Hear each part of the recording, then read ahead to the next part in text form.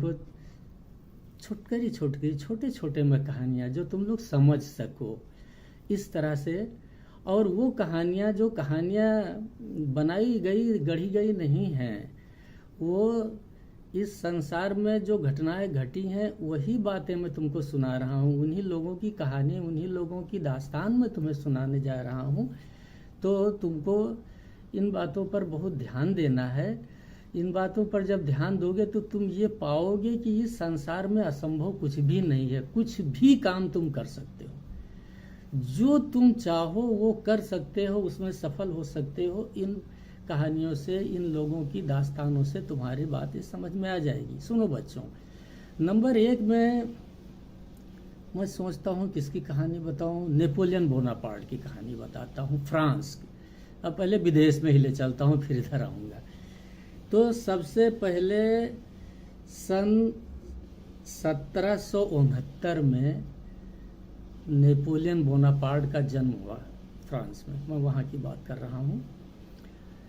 तो हुआ क्या था कि नेपोलियन बोनापार्ट का जो परिवार था, ये कहीं राजदरबार में किसी कहीं जगह से ये विस्थापित हो गया था। कुछ कला वगैरह कुछ हुआ था, उससे विस्थापित हो गया था, अलग हो गया था, निकाल दिया गया था या हट गया था वहाँ से। तो इसकी माँ एक गुफा नुमी जगह पर रहती थी जब ये नेपोलियन इसके गर्भ में था, पेट में था। तो इसने नेपोलियन को गढ़ा, अपने पेट में ही शिक्षा दी। अब वो कैसे शिक्षा दी उसमें मैं छोटकरी सी बताता हूँ बात कि ये कभी कभी पत्थर उठा लेती थी और किसी पत्थर पर मारना, किसी डंडे से किसी पत्थर पर बरसाना, पत्थर बरसाना शुरू करती थी। कहती थी लो लो, मैं तुमको पीट दूंगी, मैं तुमको खत्म कर दूंगी, तुम मेरे शत्रु हो, तुम मेरे शत्रु हो। इस तरह से वो अक्सर करती रहती थी। जो नेपोलियन इसके अंदर पेट में बैठा, वो भी अपने को तैयार बना रहा था भविष्य में युद्ध के लिए। और कालांतर में हुआ क्या कि वो बच्चा पैदा हुआ, फिर अपना उसने स्थान बनाया, फिर राज्य में एक सैनिक, एक सिपाही की हैसियत में वो रहने लगा। सिपाही हुआ सेना में, फिर वो और पदोन्नति करते करते करते पूरी सत्ता उसने अपने हाथ में ले ली फ्रांस की। और फिर क्या हुआ कि एक दिन सन 1804 में ये वहाँ का सम्राट बादशाह हो गया, बादशाह अपने को घोषित कर दिया। तो इस नेपोलियन की एक खास बात, बहुत महत्वपूर्ण बात जो इसकी है, मैं इसकी शिक्षा क्या है तो मैं वो बता रहा हूँ कि जब ये नेपोलियन छोटा सा था, जब बच्चा था, बाहर ही था, मैंने बताया कि अवस्था इन लोगों की बहुत चिंताजनक थी।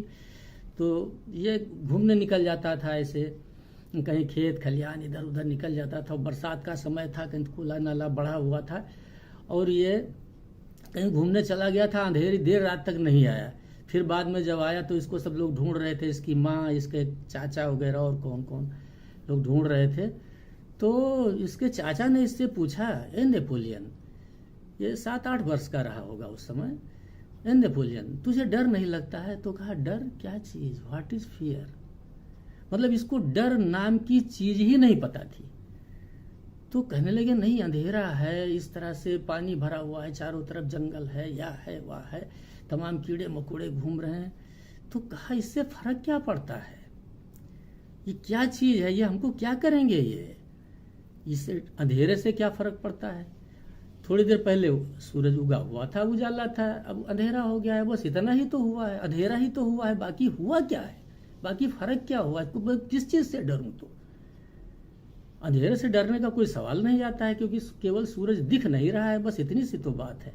और बाकी वो पानी वैसे भरा हुआ है, और नाले वैसे ही चल रहे हैं, पानी वैसे बह रहा है, कीड़े मकोड़े वैसे चीख रहे हैं, चिल्ला रहे हैं, झिंगुर झाँ झाँ कर रहे हैं। तो सब पहले भी करते थे, अब भी कर रहे हैं।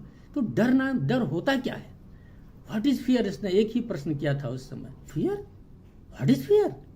जब उसके काका ने कहा कि तुमको अंधेरे से डर नहीं लगा, तो कहा डर, किस बात का डर, किस चीज का डर, डर होता क्या है।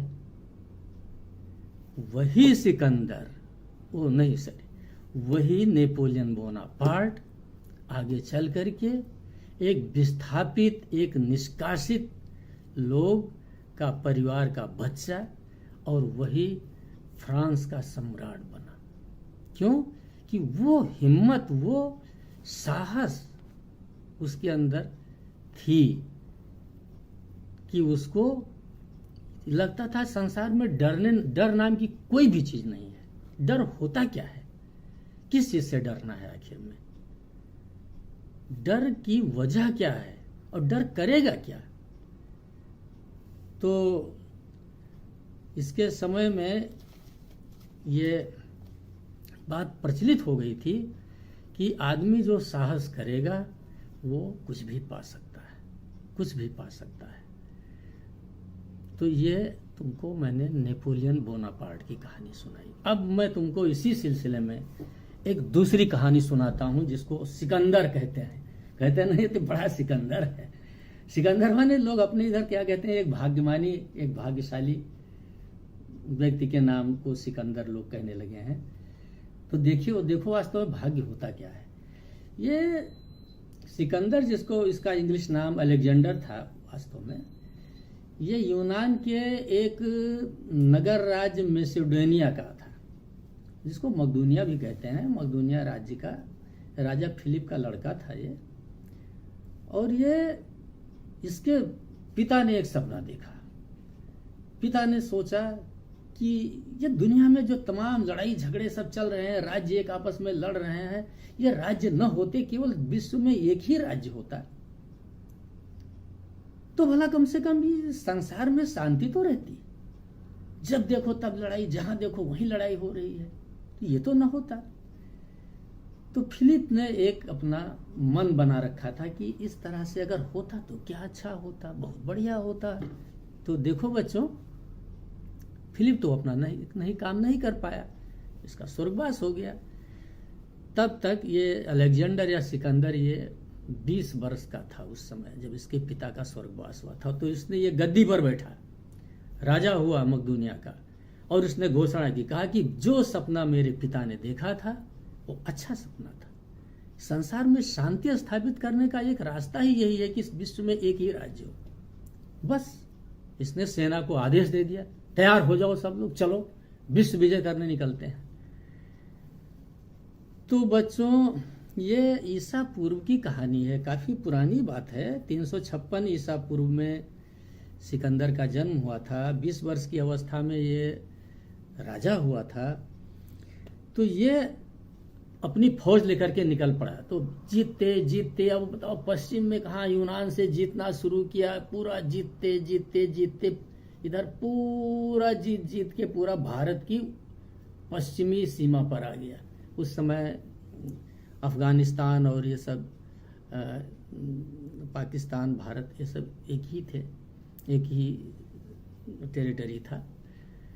जीतते वहां तक आया।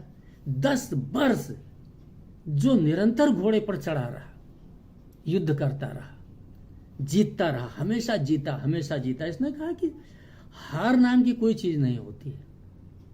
हार क्या चीज है? हारने नाम की कोई चीज नहीं है। मैं पीछे नहीं लौटूंगा, मैं पूरे संसार को एक बना करके मैं एक छत्र राज करूंगा। तो ये वहां तक पहुंच गया था। लेकिन दुर्भाग्य क्या हुआ कि अब इसके सैनिक भी बहुत थक गए थे। 10 वर्ष से लड़ाई लड़ रहे थे, घर से निकले थे, न कुछ पता था। उस समय न टेलीफोन था, न तार था, न साधन था, न कोई सड़क थी, न कोई आवागमन का मामला था, कुछ नहीं था।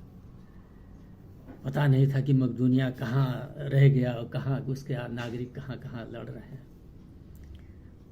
तो इन लोगों ने कहा कि नहीं, वापस चलते हैं, फिर दोबारा प्रोग्राम बनाएंगे। तो वो सिकंदर 32 वर्ष की उसकी अवस्था थी। वो भारत का पश्चिमी छोर जीत करके उसके बाद वहां से रिटर्न हो गया। और वापस जाते जाते इसको रास्ते में ही उसको मलेरिया हुआ और ख़त्म हो गया। तो वो बात अलग है। लेकिन ये है कि उसकी छोटी सी 20 वर्ष की अवस्था से ही उसने एक विश्व शांति का सपना देखा और उसको पूरा करने के लिए अपना तन, मन, धन, साहस, शौर्य, बल सब कुछ लगा दिया। और वो अपने मकसद में जहां तक वो जीवित रहा वहां तक कामयाब भी रहा। उसको कोई नहीं रोक पाया। बड़ी बड़ी नदियों को पार करते हुए